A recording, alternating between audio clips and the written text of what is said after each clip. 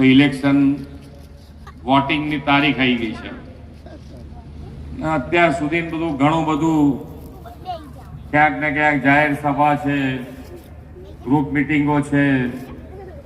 અને ટીવી ઉપર તો આખો દિવસ કંઈક ને કંઈક ચાલુ બધું સાંભળ્યું હોય, ઘણું બધું આપણે સાંભળ્યું હોય. પણ આ વખતના બધા જ કાર્યક્રમ આપણે જોઈએ તો આ એક લોકસભાનું ઇલેક્શન માન્ય નરેન્દ્રભાઈના 10 જ વર્ષના શાસન પછી પહેલી વખત લોકસભાનું ઇલેક્શન એવી રીતે આવ્યું છે કે આજે દરેક